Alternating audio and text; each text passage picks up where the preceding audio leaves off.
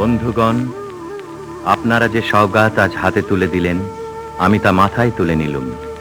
আমার সকল তনু মন প্রাণ আজ বীণার মতো বেজে উঠেছে।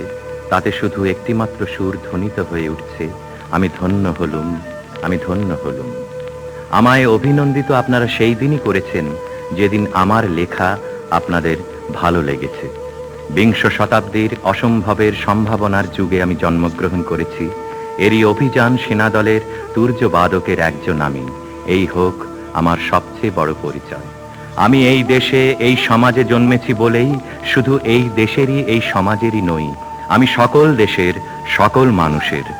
কবি চায় না দান, কবি চায় অঞ্জলি, কবি চায় প্রীতি। কবিতা আর দেবতা সুন্দরের প্রকাশ। সুন্দরকে স্বীকার করতে হয় যা সুন্দর তাই দিয়ে। সুন্দরের ধ্যান, তাঁর স্তবগানই আমার ধর্ম। তবু বলছি, আমি শুধু সুন্দরের হাতে বীণা, পায়ে পদ্মফুলি দেখিনি, তাঁর চোখে চোখ ভরা জলও দেখেছি। শ্মশানের পথে, গোরস্থানের পথে তাঁকে ক্ষুধা দীর্ণ মূর্তিতে ব্যথিত পায়ে চলে যেতে দেখেছি।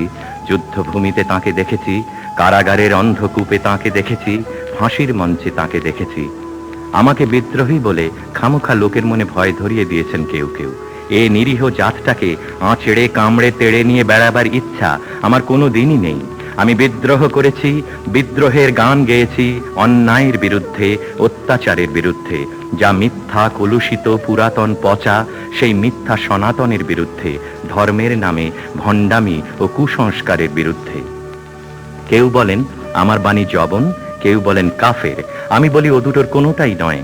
আমি কেবলমাত্র হিন্দু মুসলমানকে এক জায়গায় ধরে এনে হ্যান্ডশেক করাবার চেষ্টা করেছি, গালাগালিকে গলাগলিতে পরিণত করার চেষ্টা করেছি।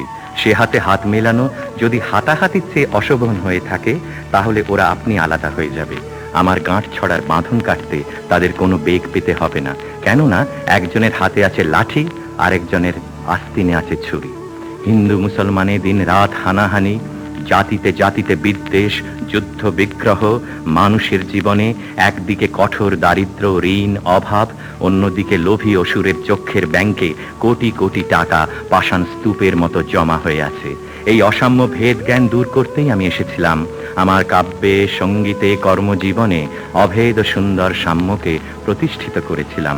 আমি যশ চাই না, খ্যাতি চাই না, প্রতিষ্ঠা চাই না, নেতৃত্ব চাই না। জীবন আমার যত দুঃখময় হোক, আনন্দের গান, বেদনার গান গেয়ে যাব আমি।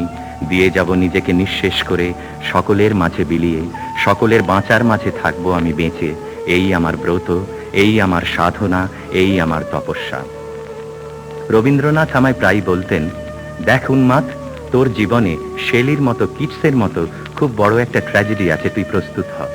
জীবনে সেই ট্র্যাজেডি দেখবার জন্য আমি কতদিন অকারণে অন্যের জীবনকে অশ্রুর বর্ষায় আচ্ছন্ন করে দিয়েছি, কিন্তু আমারই জীবন রয়ে গেল বিশুষ্ক মরুভূমির মতো তপ্ত, মেঘের ঊর্ধ্বে শূন্যের মতো, কেবল হাসি, কেবল গান, কেবল বিদ্রোহ।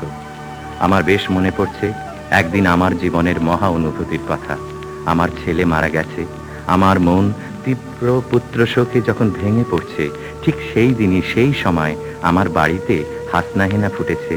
আমি প্রাণ ভরে সেই হাসনাহেনার গন্ধ উপভোগ করেছিলাম। আমার কাব্য, আমার গান, আমার জীবনের অভিজ্ঞতার মধ্য হতে জন্ম নিয়েছে। যদি কোনোদিন আপনাদের প্রেমের প্রবল টানে আমাকে আমার একাকিত্বের পরম শূন্য থেকে অসময় নামতে হয়, তাহলে সেদিন আমায় মনে করবেন না আমি সেই নজরুল। সেই নজরুল অনেক দিন আগে মৃত্যুর খিড়কি দুয়ার দিয়ে পালিয়ে গেছে।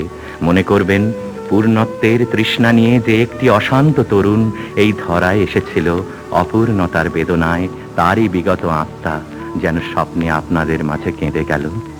যদি আর বাঁশি না বাজে, আমি কবি বলে বলছি নে, আমি আপনাদের ভালোবাসা পেয়েছিলাম, সেই অধিকারে বলছি, আমায় আপনারা ক্ষমা করবেন, আমায় ভুলে যাবেন। বিশ্বাস করুন, আমি কবি হতে আসিনি, আমি নেতা হতে আসিনি। আমি প্রেম দিতে এসেছিলাম, প্রেম পেতে এসেছিলাম। সে প্রেম পেলাম না বলে আমি এই প্রেমহীন নীরস পৃথিবী থেকে নীরব অভিমানে চিরদিনের জন্য বিদায় নিলাম। যেদিন আমি চলে যাব, সেদিন হয়তো বা বড় বড় সভা হবে, কত প্রশংসা, কত কবিতা বেরুবে হয়তো আমার নামে। দেশপ্রেমিক, ত্যাগী, বীর, বিদ্রোহী বিশেষণের পর বিশেষণ টেবিল ভেঙে ফেলবে থাপ্পড় মেরে, বক্তার পর বক্তা। এই অসুন্দরের শ্রদ্ধা নিবেদনের শ্রাদ্ধ দিনে বন্ধু তুমি যেন যেও না। যদি পারো চুপটি করে বসে আমার অলিখিত জীবনের কোনো একটি কথা স্মরণ করো। তোমার ঘরের আঙিনায় বা আশেপাশে যদি একটি ঝরা পায়ে পেশা ফুল পাও, সেইটিকে বুকে চেপে বলো, বন্ধু আমি তোমায় পেয়েছি। তোমাদের পানে চাহিয়া বন্ধু আর আমি জাগিব না, কোলাহল করি সারাদিন মান, কারো ধ্যান ভাঙিব না। নিশ্চল নিশ্চুপ আপনার মনে পুড়িব একাকী, গন্ধ বিধুর ধূপ।